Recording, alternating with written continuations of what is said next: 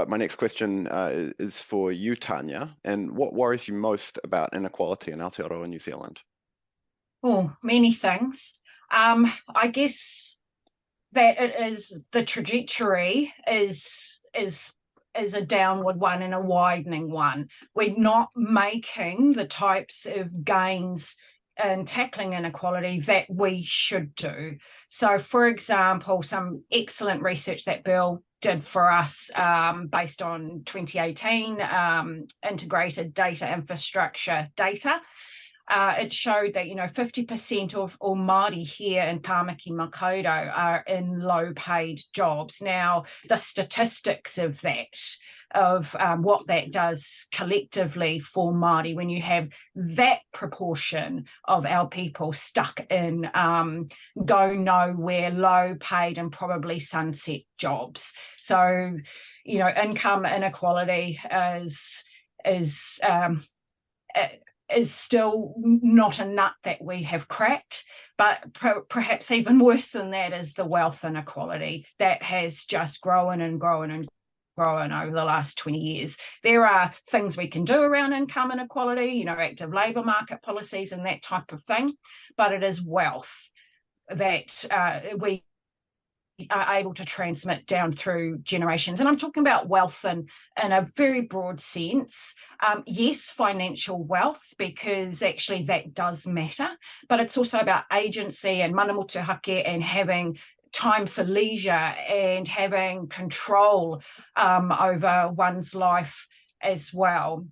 So just in the way that toxic stress and trauma gets passed down through generations, so it is the opposite, of positive positive experiences and being able to have safety nets and all of that type of thing that you can then pass down generations as well. But to Ganesh's point about power, income matters, yes. Wealth matters, absolutely. But it's power, because who at the end of the day gets to decide what is the point of the economy and for whom. And as long as we have alienation, which is growing, and we've seen that in the most remarkable events over the last 3 years of